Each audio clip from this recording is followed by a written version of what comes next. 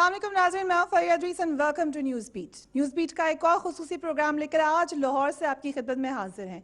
लाहौर पंजाब का कैपिटल है और ये वो जगह है जहाँ पर पूरे पाकिस्तान की सियासत का इंतहाई अहम मरकज़ इस हवाले से कहा जाता है कि यहाँ पर जो भी ट्रेंड होता है वो फिर पूरे पाकिस्तान का समझा जाता है। 8 मार्च आने वाली है जो कि ख़वातीन का दिन है और 8 मार्च को बहुत सारी बातें की जाएंगी, बहुत सारे नारे लगाए जाएंगे, बहुत सारी मुख्तलिफ पार्टीज़ होंगी, मुख्तलिफ कॉन्फ्रेंसेज होंगी जहाँ पर ख़वातीन के हवाले से बात होगी। मगर एक जमात पाकिस्तान की मुत्तहिदा कौमी मूवमेंट ने कुछ दिन पहले ख़वातीन का एक बहुत बड़ा जलसा कराची में किया। मुत्तहिदा कौमी मूवमेंट ने एक बड़ी तादाद में पहली दफ़ा ख़वातीन को बुलाया और यकीनन पाकिस्तान की सियासत में ये एक नई चीज़ थी जो हुई। उससे हमें मुख्तलिफ चीज़ें पता चली। एक चीज़ तो साबित हो गई कि कराची की एक बहुत बड़ी तादाद में ख़वातीन हैं जो मुत्तहिदा कौमी मूवमेंट को एक्सेप्ट किए हुए हैं, मगर मुत्तहिदा कौमी मूवमेंट कौमी धारे में भी शामिल होना चाहती है। पंजाब की ख़वातीन और पंजाब के हजरात भी मुत्तहिदा कौमी मूवमेंट के बारे में क्या समझते हैं, क्या जानना चाहते हैं। हमने सोचा कि आज हम इसी बात का एहतमाम करते हैं कि हमें ये पता चल सके। इसलिए इस वक्त मेरे साथ पंजाब की एक इंतहाई अहम यूनिवर्सिटी में मैं मौजूद हूँ और मेरे साथ उनके तलबा और तालिबात मौजूद हैं। Very warm welcome to all of you.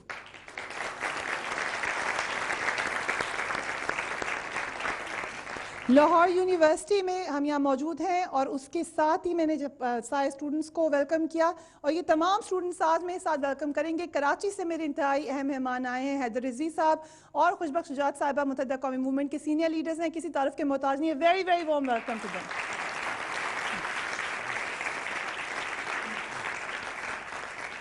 सबसे पहले मैं सवाल करूंगी, लेकिन आज क्योंकि डाइस सब इनको दे दिया जाएगा, माइक इनको दे दिया जाएगा, इसलिए आप तमाम लोग जो सवालात करना चाहते हो ख़वातीन के हवाले से, ख़वातीन सवाल कर सकती है, मर्द हज़रात भी कर सकते हैं, और पाकिस्तान की सियासत के हवाले से वो तमाम सवालात ये लोग आज करेंगे। फेसबुक पर हमने एक पोल का आगाज़ किया है और वो पोल आज से नहीं बल्कि पिछले 2 दिनों से वो जारी है, जिसमें हमने ये सवाल उठाया कि मुत्तहिदा कौमी मूवमेंट को क्या पाकिस्तान मुस्लिम लीग नून और पाकिस्तान तहरीक इंसाफ समझती हैं कि उनके वोट में कोई डेंट डाल सकेगी।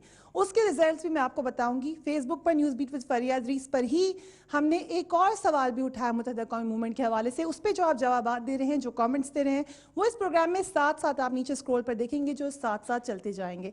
उसके अलावा एक फ़ोन नंबर आप देख रहे होंगे जहाँ पर आप अपने कॉमेंट्स, अगर आप फेसबुक आपके पास नहीं है, इंटरनेट नहीं है, तो आप वहाँ पर रिकॉर्ड करा सकते हैं जो हम पोल में शामिल कर लेंगे। So it's a very interactive programme जो आप सब उसमें सबकी आवाज़ उसके अंदर आएगी। सबसे पहला सवाल मैं आप लोगों से करूंगी, उसके बाद तमाम इनके पास जाएंगे। जो भी सवाल का जवाब देना चाहे, आप लोगों ने बहुत बड़ा जलसा किया, सबने कहा कि कामयाब भी हुआ, मगर उसके कुछ दिन बाद पाकिस्तान में 2 हल्के ऐसे हैं जहाँ पे एक जगह पे ANP थी और आपकी हामी जमात पीपल्स पार्टी भी थी, उनके हामी हैं NP, वो जीती हैं। जो दूसरी जगह पाकिस्तान मुस्लिम लीग नून जीतते हैं और वो ऐसी जगह है जहाँ पे ख़वातीन को वोट भी नहीं डालने दिया जाता। तो आप क्या समझते हैं कि ये जलसे सिर्फ दिखावे के लिए है और हकीकत ये है कि यहाँ पे कई जगहों पे ख़वातीन को वोट भी नहीं डालने दिए जाते? पहली बात तो ये कि ये क्या नाम नहाद जमहूरियत है। आप इसे जमहूरियत कहेंगे, जमहूरी तरीक़ाकार कहेंगे, जहाँ 51% से ज़्यादा की आबादी को साइलेंट मेजॉरिटी बनाने की कोशिश की जाए, और ये एक बहुत ही ख़तरनाक किस्म का माइंडसेट है जो चाहता है कि इस जमहूरी अमल में ख़वातीन शामिल ना हो। उसके 2 ही दिन के बाद अल्ताफ़ हुसैन भाई ने एक जलसा किया था और शदीद मजम्मत की थी इस बात की। अस्सलाम वालेकुम मैम, मेरा नाम मुनीबा है और मैं आपसे 2 क्वेश्चन करना चाहूँगी स्ट्रेट फॉरवर्ड। पहला सवाल ये कि आपने ख़वातीन के बारे में बात की। मैं इस मुल्क का जवान हूँ, यूथ हूँ, मेरा ये हक बनता है मैं पूछूं। मुझे इस चीज़ का कोई फ़ायदा नहीं कि जलसे में कितनी खातून गईं। मुझे नहीं पूछना वो करोड़ों में थी, लाखों में थी या 100 में थी। मुझे पूछना है उस एक औरत का सवाल जो आपकी हुकूमत में परदेश में चली गई, वो जो ग्वांतानामो वो जेल में है, आज उसकी पैदाइश का दिन है मैम। मेरी प्यारी बहन, अगर आप थोड़ा सा भी हमारी पॉलिटिकल हिस्ट्री को देखें और अगर आप पढ़ती रहती हों अखबारों में और देखती रहती हों और अवेयर होती रहती हों, तो आपको पता होगा मुत्तहिदा कौमी मूवमेंट ने हर मजलूम औरत के लिए आवाज़ बुलंद की। बहुत बड़ी रैली निकाली गई मुत्तहिदा कौमी मूवमेंट के प्लेटफॉर्म से, वो भी लाखों की रैली थी, उसमें भी हज़ारों लोग नहीं थे। आफिया सिद्दीकी के बारे में आपने बात की है ना, डॉक्टर आफिया सिद्दीकी के लिए जो रैली निकाली गई, जो एहतजाज किया गया, वो रिकॉर्ड पे है। उससे बड़ा एहतजाज पूरे पाकिस्तान में किसी पार्टी की तरफ से नहीं हुआ है अब तक। तो ये जो आपने बात कही बिल्कुल दुरुस्त है। एक मजलूम औरत जो वहाँ है उसके लिए हम भी आज भी बात करते हैं, हमने पहले भी बात की है। यकीनन जो प्लेटफॉर्म्स बनाए जाते हैं पॉलिटिकल ग्राउंड में, उसमें सबसे पहली बात ये होती है कि आप कितने क्राउड को अपनी बात मैसेज पहुंचा रहे हैं। और सर दूसरा क्वेश्चन मेरा ये है कि हमारे निजात दहिंदों ने हमारे वतन को बांट दिया है, कई सूबों में, कई जवानों में, कई किसी चीज़ में। सवाल ये है कि अगर पंजाब से आवाज़ नहीं उठी सूबाइयत की, तो MQM के जलसे से आवाज़ उठती है कि पंजाब के हर घर में नाच गाना होता है। मैं वो अल्फाज यूज़ नहीं कर रही है जो किए गए।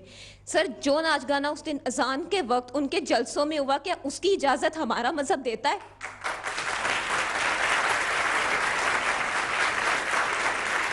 और सर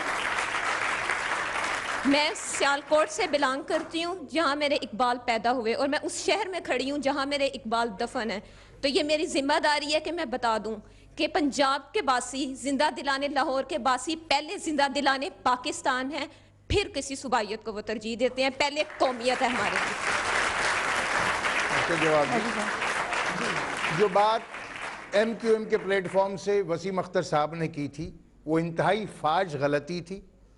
जब उन्होंने ये गलती की, उसके आधे घंटे के अंदर उन्होंने टीवी पर आकर, एक बाकायदा उनके लिए हमने टीवी को अरेंज किया, उन्होंने उस पर माफ़ी मांगी, और माफ़ी मांगने के बाद MQM ने अपने डिसिप्लिन की पाबंदी करते हुए उनको सज़ा ये दी कि उनको हमने 3 महीने के लिए ऑर्डर किया था। लोग जज्बात में गलत बात करते हैं, गलत बात की इजाज़त नहीं दी जा सकती।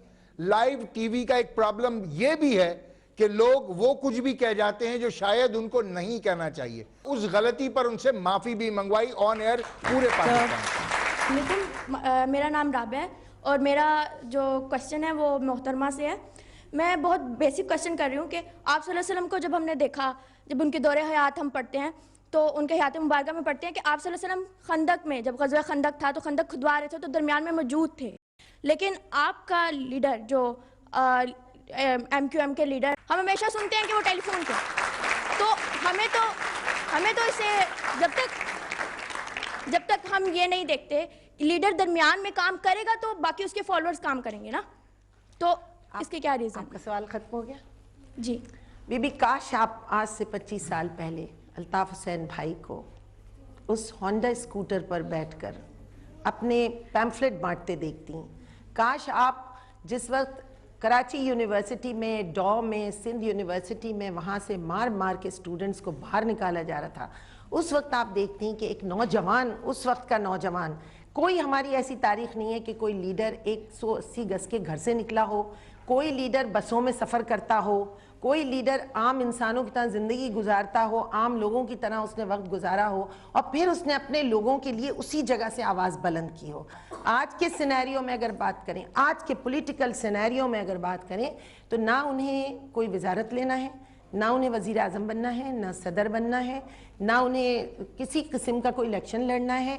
हम उनके कारंदे हैं, कारकुन हैं, हम काम कर रहे हैं और वो हमें गाइड कर रहे हैं। तो उनका दरअसल आपसे कोई राब्ता यूँ नहीं होता, हमारा उनसे राब्ता है। उन्होंने अपने वर्कर्स को आपके लिए छोड़ा हुआ है, हमें उन्होंने कहा है कि आप खिदमत करें, आप काम करें और मैं आपको गाइड करता रहूं। तो वो हमें गाइड कर रहे हैं। ना उन्हें यहाँ वजारतें, जो लोग वापस आए हैं, जिन लीडर्स के बारे में आपके बैक ऑफ माइंड बात होगी, वो लीडर्स यहाँ इसीलिए हैं कि उनको बड़ी बड़ी वजारतें, बड़े बड़े ओहदे, बड़े बड़े रुतबे चाहिए हैं और वो उन्हीं रुतबों और ओहदों के लिए कोशिश कर रहे हैं और मेहनत कर रहे हैं। अल्ताफ़ हुसैन भाई को ऐसा कोई ओहदा रुतबा नहीं चाहिए। हो गया आपका जवाब? मैम, कायदे-आज़म अगर हम देखें तो कायदे-आज़म भी, उन्होंने भी ऐसी अपनी ज़िंदगी स्टार्ट की और ग्रेजुअली उन्होंने अल्हम्दुलिल्लाह पाकिस्तान बना लिया। लेकिन वो पाकिस्तान जब उन्होंने बनाया तो पाकिस्तान साथ आए, वो इंडिया नहीं रह गए। लॉर्ड माउंटबेटन की उन्होंने वहाँ पे वो नहीं मानी। तो मेरा ये क्वेश्चन था कि वो क्यों नहीं? बीबी, आज की सियासत अगर आप देखें, कौन सा लीडर है जो यहाँ आता है बिला किसी जवाज़ के, और जब वो आ जाता है तो क्या वो यहाँ उसको वो प्रोटेक्शन, वो उसको सूरत हाल मिलती है जो उसे मिलना चाहिए? हम अपने लीडर को नहीं चाहते कि वो मौत के घाट उतारा जाए। Security- जिन लोगों ने security चाहा का उन्होंने issue बुलाया, होता वो है। मौत के घाट उतारा। I am Usman from IMBB। अगर आज इन तमाम अवाम को बिजली मिली होती, गैस होती, पानी होता, तो मैं भी, अल्ताफ भाई भी यहाँ पे मौजूद होते। आप लोगों ने कुछ भी नहीं किया। क्लियर कट मैं बात कर रहा हूँ। अल्ताफ भाई बैठे हुए हैं, वो पाकिस्तान में आए, हम लोगों को फेस टू फेस हमसे बात करें। क्यों नहीं आ रहे पाकिस्तान? कुछ भी नहीं दिया आप लोगों ने, बिजली नहीं, पानी नहीं, गैस नहीं, क्या दिया आपकी हुकूमत ने? एक बार बता दें आप। एक जुमला कह दूं फिर आप जवाब दे दें। एक जुमला कह दूं फिर आप जवाब दे दें। अल्ताफ हुसैन भाई उसी डिप्राइव्ड माहौल के निकले हुए लीडर हैं कि जिनके घर में पानी नहीं आता था, जिनके घर में बिजली के बल्ब नहीं थे। ये उसी माहौल से निकले हुए हैं। आप ये मत समझिए कि वो कहीं रूसा में से थे। मैं उन्हीं आपको लोगों ये के घरों में वजाहत आज भी करना पानी चाहती हूँ। नहीं है। उन्हीं लोगों के घरों में आज बिजली नहीं इसलिए है, इस- गैस नहीं है। इसलिए- 3 दिन CNG बंद होती है, पेट्रोल 100 रुपीज का हो गया है। क्या दिया पाकिस्तान अवाम को? कुछ भी नहीं मिला। Clear cut। काश वो इख्तियार, वो इक़्तिदार अल्ताफ हुसैन भाई की जमात को मिल जाता इस मुल्क में, तो आपके पास सूरत हाल मुख्तलिफ है। काश। I am Safia Nasir. मेरा आपसे क्वेश्चन है कि MQM किस किस्म की सियासत करना चाहती है? जिस तरह कराची के हालात बेहतर हो चुके होते तो वो पंजाब को मूव करती। क्या कराची के हालात बेहतर हो चुके हैं जो उसने मूव पंजाब की तरफ किया? मेरा आपसे क्वेश्चन है। और दूसरे ये जो आपने कहा कि अल्ताफ भाई यहाँ पर नहीं आते, अगर उन्हें मुकदमात का डर है तो लीडर तो वही चाहिए इस पाकिस्तान को जो बेखौफ खतर आके यहाँ पर उन तमाम मुकदमात को फेस करे, उनका बाकायदा तौर पे लड़े। वो हुक्मरान इस पाकिस्तान को चाहिए। That's enough. मैं दोनों सवालों का जवाब देना चाहूंगा और कोशिश करूंगा कि दूसरे सवाल का जवाब पहले दे दूं।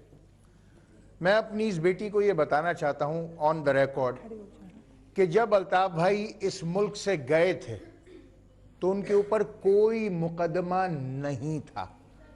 जितने मुकदमे कायदे तहरीक जनाब अल्ताफ हुसैन पर बनाए गए वो उनकी पाकिस्तान से जाने के बाद बनाए गए, जो पॉलिटिकल विक्टिमाइजेशन थी। हो गई एक बात।